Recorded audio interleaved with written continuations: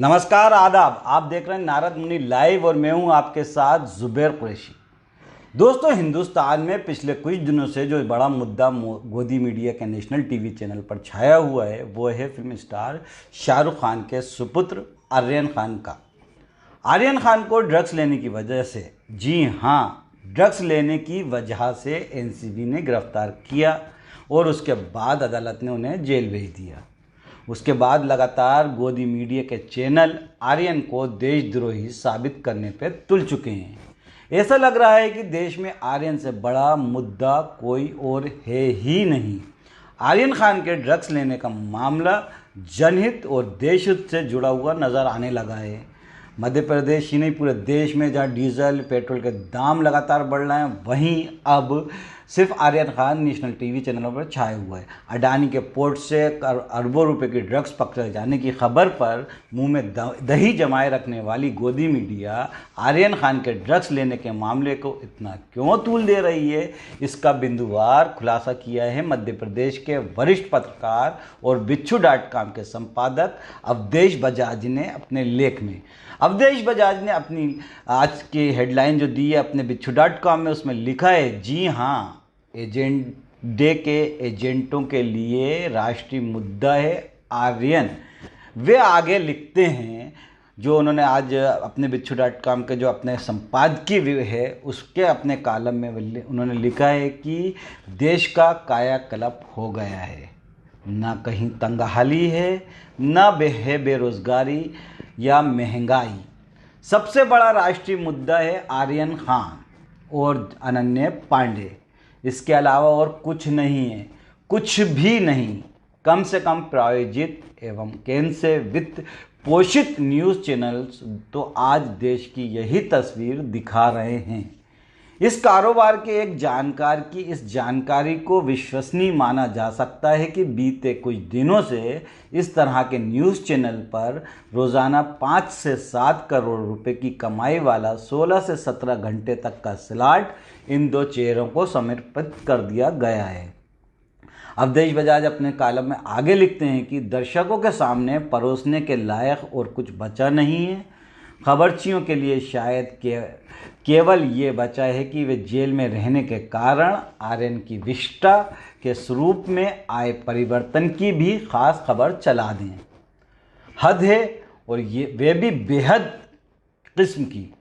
ओडिशा में ऊंचाई पर बना एक स्थान सैलानियों की पसंद का केंद्र रहता है। ये वह जगह है जिस पर कलिंग के युद्ध के बाद सम्राट अशोक ने चढ़कर तबाही का दिल दिला देने वाला दृश्य देखा था। कलिंग का वह मैदान करीब 1 लाख उन लोगों की लाशों से पटा हुआ था जो अशोक के विस्तारवाद के उन्माद की बलि वेदी पर चढ़ा दिए गए थे। इस दर्दनाक मंजर को देखने के बाद अशोक का हृदय परिवर्तन हो गया। उसने हिंसा त्याग दी। आज के हुक्मरान अशोक से सीख लेने की प्रवृत्ति वाले नहीं हैं। उनकी फितरत शोक देने की है। इसलिए कलिंग जैसी किसी ऊंचाई पर चढ़ने के बाद भी उन्हें नीचे का सच नहीं दिखता है। अवधेश बजाज जिसके आगे वो लिखते हैं कि देश को दिल में रखकर ज़रा गर्दन झुकाइए। आपको गरीबी, बेकारी, कीमतों में जानलेवा वृद्धि जैसे संकट साफ दिख जाएंगे, लेकिन उन्हें ऐसा कुछ नहीं दिखेगा जो खुद इन हालात की मूल वजह हैं।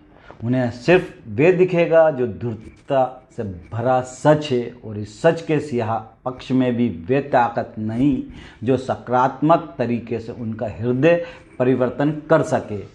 वजह साफ है कि मामला कलिंग जैसा है, लेकिन है घोर कलिंग किस्म की फितरत का। निर्दोष लोगों के दुख दर्द को और गहरा कर देने वाली किलिंग इंस्टिक्ट जैसा। बहुत क्षमा के साथ ये एक बात कहना चाहता हूँ, अशोक तो पश्चाताप के बाद बुद्धम शरणम गच्छामि में समाहित हो गए थे, लेकिन ये हुक्मरान सारे के सारे देश को अपनी तरफ लाने के लिए बुद्ध शरणम गच्छामि का रट्टा लगाने के लिए विवश करने पर आमादा हैं। वो फूट डालो राज करो वाले अंग्रेज़ तो इस देश से जा चुके हैं, लेकिन सत्ता में बैठे ये काले अंग्रेज़ अब वैचारिक रूप से सारे देश में फूट डालकर अपना राज बनाए रखने की जद्दोजहद में जुटे हुए हैं। लोग महंगाई की बात ना करें, बेरोजगारी और भुखमरी से उपजी करहा दब जाए, घरों की खाली हो चुकी तिजोरियों का मनहूस सन्नाटा चीखने न लग जाए, इस सब के लिए विष जैसे घातक विषयांतर का सहारा लिया जा रहा है। उत्सव मन रहा है कि हमने 1 अरब लोगों को कोरोना की वैक्सीन लगा दी। निश्चित ही ये बड़ी उपलब्धि है, स्वागत योग्य कदम है, इसलिए आपकी खुशी छलक छलक कर जा रही है। किंतु ज़रा एक आंसू तो उनके लिए भी छलकता दिखा दीजिए जिनकी आंखें अभाव तथा पीड़ा के अत्यंत अनंत दंश झेलते हुए पथरा गई है। अवधेश बजाज अपने लेख में और आगे लिखते हैं कि वो 2 जून की रोटी के लिए बिलख रहे हैं, वो 2 जून की रोटी के लिए बिलख रहे हैं और आप सिर्फ अपने 2-4 जन की खातिरदारी करने में ही मग्न हैं। आम जनताओं की चिंताओं तथा उसके लिए चिता जैसे बने हालात की बजाय आर्यन और अनन्या का हुल्लड़ मचा रहे न्यूज़ चैनल भी अब असली मुद्दों से देश का ध्यान भटकाने की साजिश का हिस्सा बन गए लगते हैं। क्या अब प्राइम टाइम हुक्मरानों की टकसाल और उपहार गिरोह के इशारे पर प्राइस टाइम में बदल गया है? वे सवाल करते हैं अवधेश बजाज के क्या प्राइम टाइम उपहारों में बदल गया है? क्या उनसे कह दिया गया है कि खबर के नाम पर किसी भी निर्वसन आचरण को अपना लो, लेकिन वे एक भी कार्यक्रम मत चलाओ जो हमारे घृणित निर्वासन स्वरूप को दुनिया के सामने ला दे। और वे आगे लिखते हैं अवधेश बजाज साहब अपने जो उनका दबंग अंदाज है, जो उनका तेज़ तर्रार अंदाज है, जो उनकी लिखने की शैली है, उसको वो बरकरार रखते हुए अपने कॉलम में लिखते हैं कि क्या 1 अरब वैक्सीन लग जाने से सब ठीक हो गया?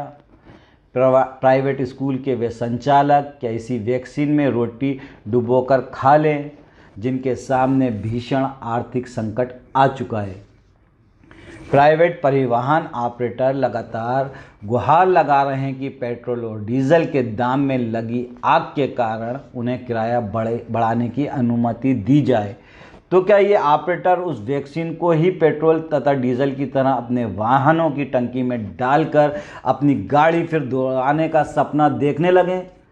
जाकर देखिए कभी किसी रेलवे स्टेशन पर देश का सबसे बड़ा ये सरकारी महकमा किसी माफिया में बदल गया है। यात्रियों से मनमाना किराया वसूला जा रहा है, उनकी कोई सुनवाई नहीं हो रही है। उनके लिए अब रेल से सफ़र किसी सुपर प्राइज वाली प्रक्रिया में बदल दिया गया है। धन्य है मीडिया के वे चेहरे जो देश की दुर्दशा के लिए और जो देश की दुर्दशा के सबसे बुरे दौर में भी हुकूमत के तलवे चाटने में मसरूफ़ हैं। धन्य है सोशल मीडिया के एंटी सोशल तत्व जिनके लिए महंगाई, बेरोजगारी और भुखमरी जैसे हालात विरोध का एक स्वर उठाने लायक भी नहीं है।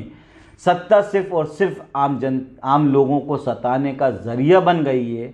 सब कुछ इतना विकृत हो गया है कि कोई सरकार शब्द का उच्चारण करे तो कान में उसकी जगह अनाचार, हाहाकार और अत्याचार जैसे शब्द ही सुनाई देते हैं। अवधेश बजाज अपनी कलम में, अपने लेख में इस बात को भी इंगित करते हैं कि अफसर पहले तो बेलगाम होते थे, अब वे पूरी तरह बेहया और बेदर्द हो गए हैं हुकूमत के आशीर्वाद से। किसी के पास जनता के सरोकार वाली नीति तैयार करने का वक्त ही नहीं है। वे सभी राजनीति से अनीति के चरम तक वालों के गुलाम बनकर काम कर रहे हैं। राजनीति से अनीति के चरम तक वालों के गुलाम बनकर काम कर रहे हैं अफसर। समूचा सरकारी तंत्र झूठे प्रचार की मशीन में तब्दील कर दिया गया है। वे दिन हवा हुए जब अफसर पेन चलाते थे, अब वे सरकारी आदेश से ऐसी चाबुक चलाते हैं जो आम जनता को लहूलुहान कर रही है। तकलीफ से करहाता इंसान रोटी के लिए चीखे तो उसे बोटी का खालिस सपना दिखाकर चुप करा दे रहे हैं। सरकारी सेवा से वंचितों के दर्द को प्रथम सेवक के पाखंड से और भड़काया जा रहा है। विवश लोग व्यवस्था को खुलकर गाली देने पर उतर आए हैं। लेकिन ताली और थाली के प्रायोजित ढोल पीटकर उनकी आवाज़ को दबा दिया जा रहा है। क्या देश उस कल के मुहाने पर नहीं पहुंच गया है? क्या वाकई देश उस काल के मुहाने पर नहीं पहुंच गया है जिसमें भूख से बिलखते बच्चों से उसकी माँ कहेगी, बेटा सो जा नहीं तो चौकीदार आ जाएगा। खैर, चौकीदार तो ना सिर्फ आ चुका है बल्कि आपका हर सुख खा भी चुका है। मगर आप लोग रहिए आर्यन और अनन्या के फिक्र में, की फिक्र में, क्योंकि जैसे हमने पहले ही कहा, देश में ना बेरोज़गारी है, ना तंगहाली है और ना ही भुखमरी। अगर कोई राष्ट्रीय मुद्दा है तो वह है आर्यन और अनन्या। ये राष्ट्रीय मुद्दा आपको मुबारक। हम तो राष्ट्रीय मुद्दाकरण के इस माहौल में चुप और निरपेक्ष होकर बैठने वाली नपुंसकता से बहुत दूर हैं। अवधेश बजाज का ये लेख आपको कैसा लगा कमेंट करके ज़रूर बताएं, और ख़बर पसंद आए